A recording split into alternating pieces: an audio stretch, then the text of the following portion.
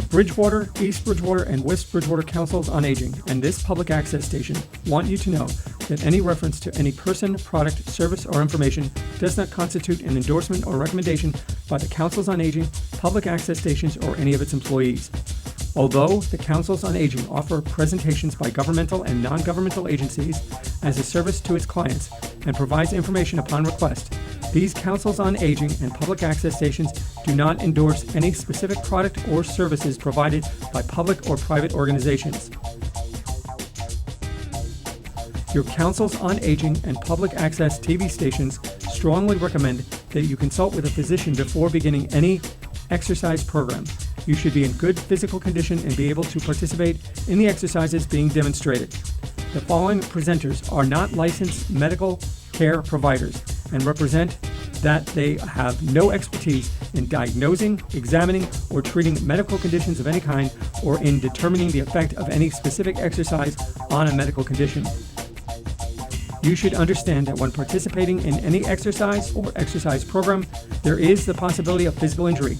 If you engage in this exercise or exercise program, you agree that you do so at your own risk and are voluntarily participating in these activities.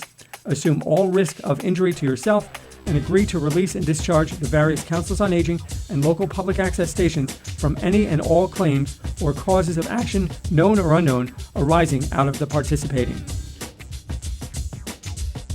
The information provided is not intended to be a substitute for professional medical advice, diagnosis, or treatment. Never disregard professional medical advice or delay in seeking it because of something you have seen in this program. Never rely on information in this program in place of seeking professional medical advice. The Councils on Aging and Public Access Station are not responsible or liable for any advice, course of treatment, diagnosis, or any other information, services, or products that you obtain through participating in this program. You are encouraged to consult with your doctor with regard to this information contained on or through this program. The views and opinions expressed in this program are those of the participants and not necessarily those of the various Councils on Aging or public access stations or their staffs. This station acts as a forum for community expression, offering airtime to community members, nonprofit organizations, and local businesses.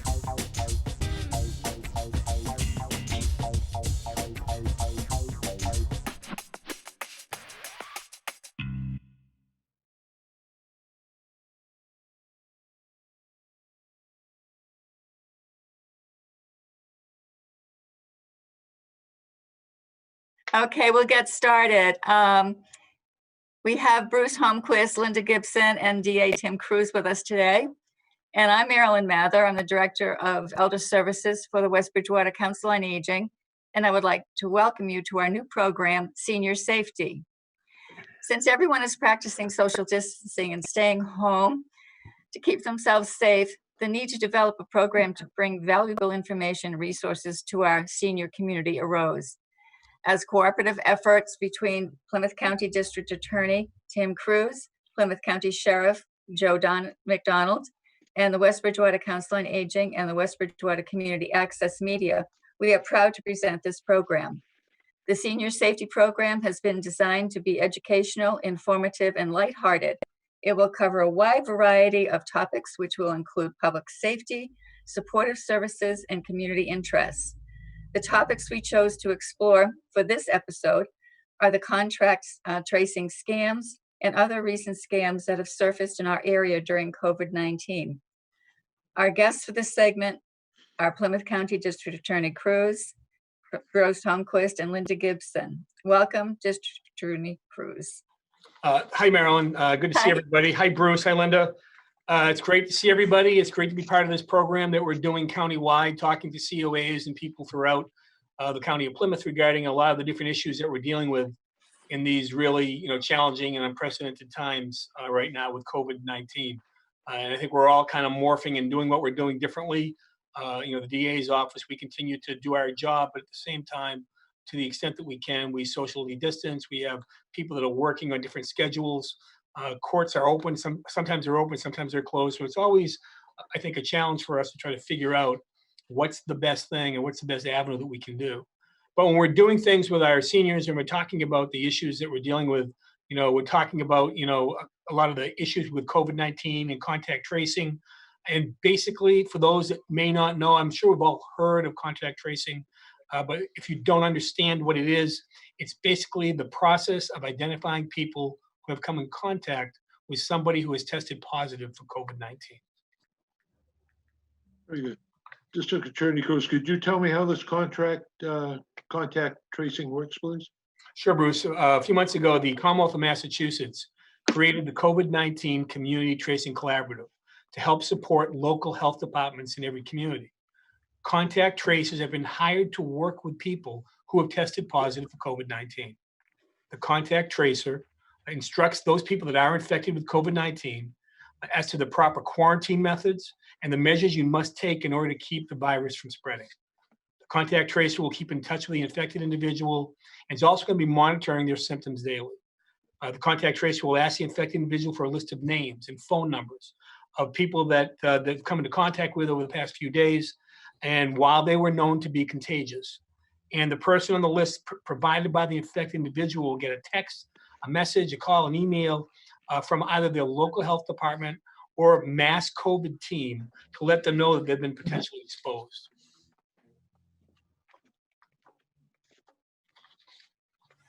District Attorney Cruz, I try never to give out my personal information.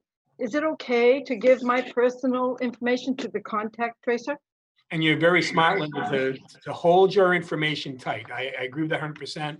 We do senior luncheons every year, and I'm always talking about holding your information, your social security number, your credit card numbers, very tight. They're the key to the safe. And if we give them the key, people can get in there. So make sure you protect your information as much as you can, because we have unfortunately been seeing a few scams as pertain to the contact tracing and the COVID-19 over the last couple of months. It's my understanding, however, that the contact tracer who calls you will not ask you for any identifiable personal information, like your date of birth or your social security number. The Mass COVID Collaborative, however, will collect some personal information about you, such as the COVID-19 symptoms, your test status, health, isolation, quarantine plans, your age, your gender, and your basic needs. They're going to treat that information, however, as a personal medical record. So therefore, you have a level of privacy to that, due to the HIPAA laws that we're dealing with. Your name information can't be released to the public. And all the personal information collected by Mass COVID Collaborative is protected in accordance with the Commonwealth of Massachusetts Fair Information Practices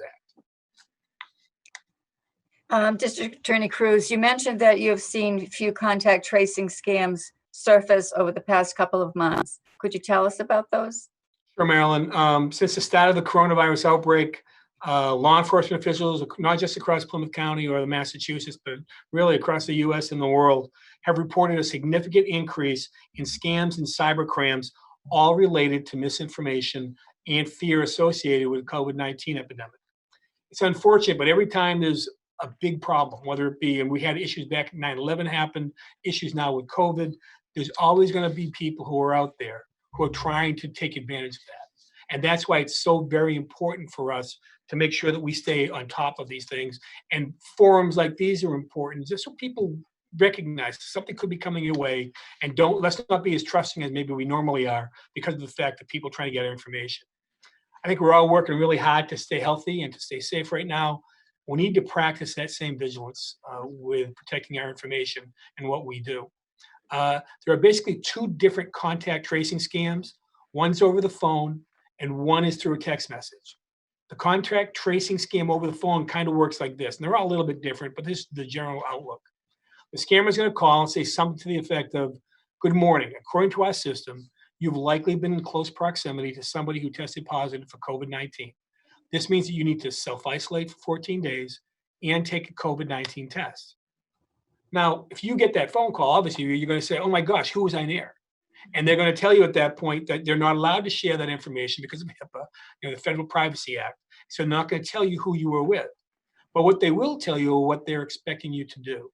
And what they're expecting you to do is to be tested within 72 hours. And they need your mailing address so they can send you a kit. And they also need your credit card number to process a payment for $50.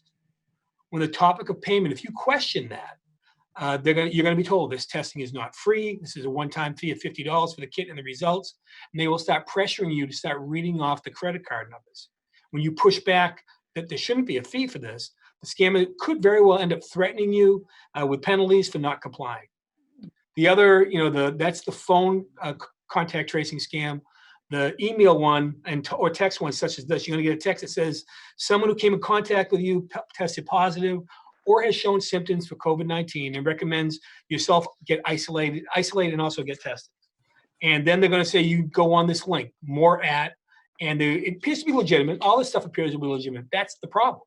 And allows you to get more information if you open it up and to get that information. But you got to be really careful, because even if it looks like the legitimate mass COVID team, clicking on that link sometimes may download your software into the device, giving scammers access to your personal information and your financial information. District Attorney Cruz, if I do get a call from a contact tracer, is there any way I can determine if it's a scam? Yeah, Bruce, there's a number of things that we should look at to see whether the contact tracing is a scam. One, a real contact tracer that calls you will not be asking for money. Only scammers are going to insist on payment by money, gift cards, transfer of cryptocurrency, Bitcoin, things such as that. Two, contact tracing does not require your bank account or your credit card money. So once again, never share your account information with anybody that contacts you asking for it. Three, legitimate contact tracers will never ask you for your social security number. So remember never to give any part of your social security number to anybody that calls you. Four, the immigration status does not matter for contact tracing. Legitimate contact tracers will not ask you, and if they do, it's definitely a scam. And five, legitimate contact tracers will not send you any links in an email or a text. If you receive a link and you click on it, you run the risk of downloading their malware onto your device. Malware allows them to get into your phone, into your computer, and steal your information. Keep in mind that when you're talking to a legitimate contact tracer, we should definitely do that. Talk to legitimate ones. We want to stop the spread of COVID-19. And if you get involved in a situation that you believe it's a scam, we need to report them just as well.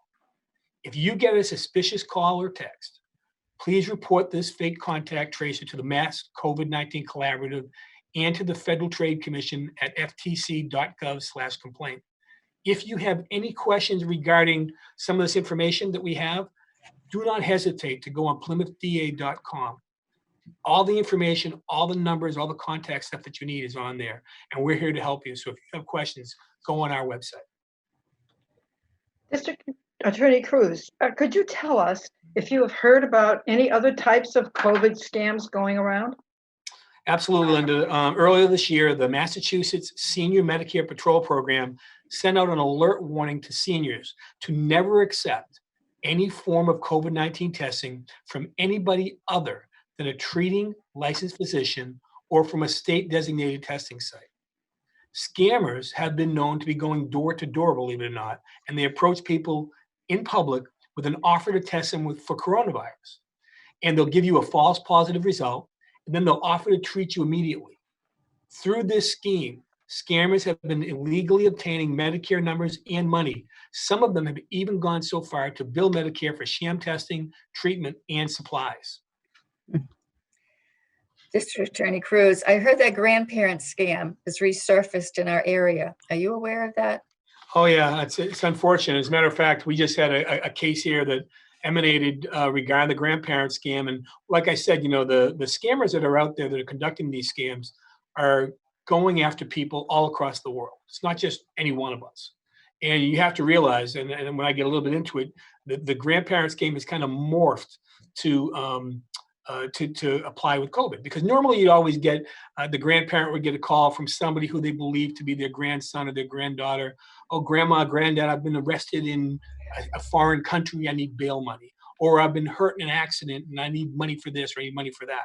That's what the norm is. And what we're seeing now, and the one that we actually had in our county, which we just made an arrest just within the last few weeks, individuals get a call in the middle of the night. Remember, when somebody calls you in the middle of the night, We all know nobody calls you in the middle of the night for a good reason. Something shocking, something alarming. That's why they call you then, because they want to shock you. They want to alarm you. And you're going to get somebody, you pick up the phone and somebody's going to say, Grandma, I need your help. And at that point, you're going to be saying, who is this? Or you might say, Johnny, is that you? Susie, is that you? The story that we heard in this one case where there's a pending criminal complaint right now is that the individual got a call from somebody purporting to be their grandchild, alleged that they were up in New Hampshire with a buddy of theirs and got into a car accident. And as a result of that car accident, there were criminal charges going to be held against this young man. But because of COVID, court doesn't meet every day. So therefore, he was going to be held on $8,000 bail for 1 week. So he then at that point tells his mother or his grandmother what's going on. And she at that point says his name. Giving the name is the next step, because once you give that name, then the scammers who are really good at what they do, they go to the next step of what they're doing. And they're going to say, they're going to hand you off to somebody else. District Attorney Cruz, wouldn't I be able to recognize my own grandchild's voice? Yeah, I know, Bruce, you think you would, but once again, remember, they're good at what they do. They call in the middle of the night and they're acting on your frayed nerves. And as soon as you say, because you're not going to have a long conversation with your purported grandchild, you're going to have just a few sentences. You're going to be groggy. You're probably just waking up. As soon as you say the name, like in the story that I'm telling you about up the allegedly a car accident in New Hampshire, as soon as you say that name, then your grandchild, quote unquote, says, oh, I'm with John Doe, my friend. His dad's a lawyer. I'm going to give you the phone. So all of a sudden, they're ponied up with somebody that they trust. And so now you're talking to the person who your grandchild allegedly is trusting to help them get them out of the situation. And in this instance, you're talking to the person now who's going to take you down the path of trying to get money from you. And this person is going to tell you the scenario, like in this situation, your grandson's going to be held in jail for a week unless you come up with $8,000 cash for bail. Now, once again, these people will talk to you. They will have more than one conversation with you. They will call you back. They'll go back and forth. In this instance, the woman and she was also told, don't tell anybody. Another red flag, really, if they tell you not to talk to anybody. I mean, what's the big secret, right? So she went to the bank and she took out $8,000 cash. And when she went to the bank, and if you do go to the bank and you say you go every Friday and you get $20 out or something like that, if you go to the bank on Friday and ask for $8,000 cash, your banker should say, are you okay? Is there a problem? And in this instance, that's exactly what the banker did. Are you okay? Is there a problem? And she told the banker, no, nothing's wrong. I'm okay. I just need to have that money. Got the money, brought the money back to her house, had further phone conversations with this quote unquote lawyer, was told initially that she was going to bring the money somewhere. But as the day progressed, they said, you stay at home. We're going to send somebody there to come get the money. They sent a courier to her home. She walked down her driveway. The individual was wearing a mask because of COVID. She gave that man $8,000 cash and was told that the lawyer will get in touch with her in a couple of hours. She gave the money. She waited a couple hours. Obviously, nobody called. And then by that point, she called her grandson to find out that he was never in a car accident. He was not in New Hampshire. It was a complete scam. And so the problem is that once we give money to these individuals, it's very, very difficult to ever get it back. DA Cruz, what should I do if I receive one of those calls? Yeah, if you get one of those calls, I think probably the most important thing to do is resist the urge to act immediately. No matter how dire, no matter how real it sounds, don't just drop everything and do what you need to do. You need to verify who the person is that's calling you. When you talk to them, try not to say the name of any of your family members or their friends. Try to ask questions that a stranger wouldn't have the answer to. And reach out to family members to verify the story, even if you've been told to keep it a secret. Most importantly, if they call you and if they're asking for money, cash, gift cards, money transfers, if they're asking you for that, now, they don't take gift cards at Brockton District Court, okay? No courts are taking it.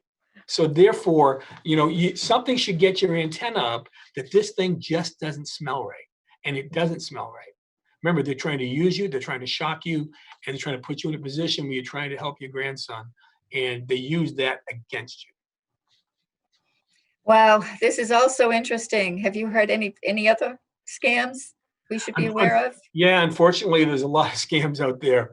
And I can just go over a couple more if I could. We have the Social Security scam.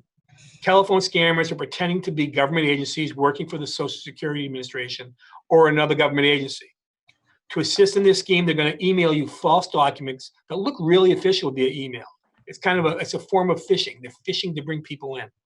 The scammer tells you that there's a problem or there's an issue with your Social Security number, your account, and that you owe a debt, you owe a fine. And then they start threatening you with arrest or other legal action if you don't pay. The scammer asks you to pay the debt with, once again, retail gift cards, prepaid debit cards, wire transfers, or good old cash. District Attorney Cruz, what is your recommendation and how can we protect ourselves from this type of scam? Yeah, Bruce, the best way that we can protect ourselves is be alert, ask questions, and always keep in mind that a government employee, no matter what agency they work for, they might call you, but they're never going to threaten you. An employee of the Social Security Administration is never going to suspend your Social Security number. An employee of the Social Security or the government agency is never going to demand immediate payment from you, and they're certainly not going to demand cash or prepaid debit cards or gift cards or wire transfers. If you get a call from an agency and they're threatening you, don't hesitate to ask for their supervisor. We're too often dealing with individuals who are trying to scare us and threaten us. I think we all just went through the IRS scam that's been going on for the last few months, but the IRS was calling you up and threatening you that if you didn't pay this money, they were going to come and arrest you.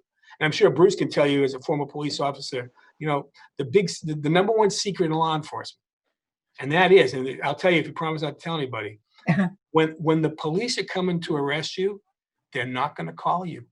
They're just coming. So if they say if they're going to call you up and threaten you with arrest, it's not going to work. That should get your antenna up again also. DA Cruz, I received an email from Amazon telling me that my Prime membership is up and that my card associated with my Prime account is no longer valid. It wants me to update my card or add a new card to the account. Is this a scam or is this real? Yeah, I'm glad you asked the question. I mean, because most likely it is a phishing scam. During this pandemic, we've seen an increase in phishing scam emails that, once again, they have malware incorporated into them. And these emails often contain misleading information and false links. And a few of the phishing items that we've seen in our county anyways are dealing with Amazon, Netflix, Comcast, Facebook, and unfortunately all end up in our boxes. Could you tell us a little more about your experience with phishing scams and how they work? Sure, Marilyn. I mean, those once again, and it's a phishing scam. It's spelled phishing with a PH. And phishing is a type of an online scam where criminals are going to send an email or a text message that appears to be from a legitimate company. The scam usually involves an alarming ruse to startle you, something so you're going to be inclined to follow their instructions and provide your sensitive personal information. These emails and texts have malware incorporated into them and often contain misleading information and false links. So like the Amazon email that Bruce asked about, a person is going to receive an email stating that their Amazon Prime subscription is about to expire, but there's something wrong with the credit card associated with the account. So you need to update it or you need to get a new card to that. Now this email is going to look legitimate. It's going to have the Amazon logo right on it. It's going to have the from box right on the top of the email. It states it's from Amazon Prime. But if you click on the word Amazon Prime in the from box, there's going to be a weird looking email address that's going to be displayed. That's a great way to determine if the email is fraudulent and that's a scam. It doesn't go back to Amazon Prime. Keep in mind that link in the email is probably malware, and malware is designed to steal your personal information once you enter that area that they have supplied to you. Hey, Cruz, I recently received a text message stating that I had a package being delivered, and the text had a tracking code and a link to set up delivery options. Is this legitimate? Yeah, it's probably another phishing scam, Bruce. This type of scam, it can be really confusing because let's face it, because we can't get out as much, a lot of people are shopping online.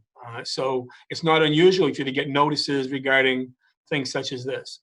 But that type of text message where they want to set up a delivery is definitely a scam. And the reason it is because a legitimate company is going to inform you of your shipping and your delivery options at the time you place your order on their website. They might text you to say your package is coming on a certain time or being already been delivered, but they're not going to text you again to set up a delivery. We receive reports that people have received texts from FedEx, UPS, the post office, and Amazon saying the package is en route. And once again, text looks legitimate. It contains a tracking code and a link that they use to set up delivery options. And as a result of the way it looks, it's really difficult to detect that it's false because you probably did order something online and you probably do assume that it's related to your text, your purchase of that product. But once again, if you click on the tracking code or the delivery setup, it brings you to a form that asks you for your personal and financial information. If it does, click out of it immediately. That's malware. It's been designed for the sole purpose of stealing your information. What should I do if I receive an email or text and I'm unsure if it's legitimate? If you get one of those emails or those texts and you're not sure whether it's true or false, I encourage you to close out of the email or the text and go online and pull up the business website that you might have purchased that item from or that's reflected in the text message and check its validity. So for example, if you get something from Amazon that we spoke about earlier, you go on Amazon.com and you should sign into your account using your login, the login selection on their website, go into the settings and under the category your account, select your account or your recent purchases option. This is safe and it's a secure way to determine if it's an email or text message is fraudulent, because if there really is an issue with your account, order a delivery schedule, it's going to be reflected there. To protect yourself from being victimized, stay vigilant and always be suspicious.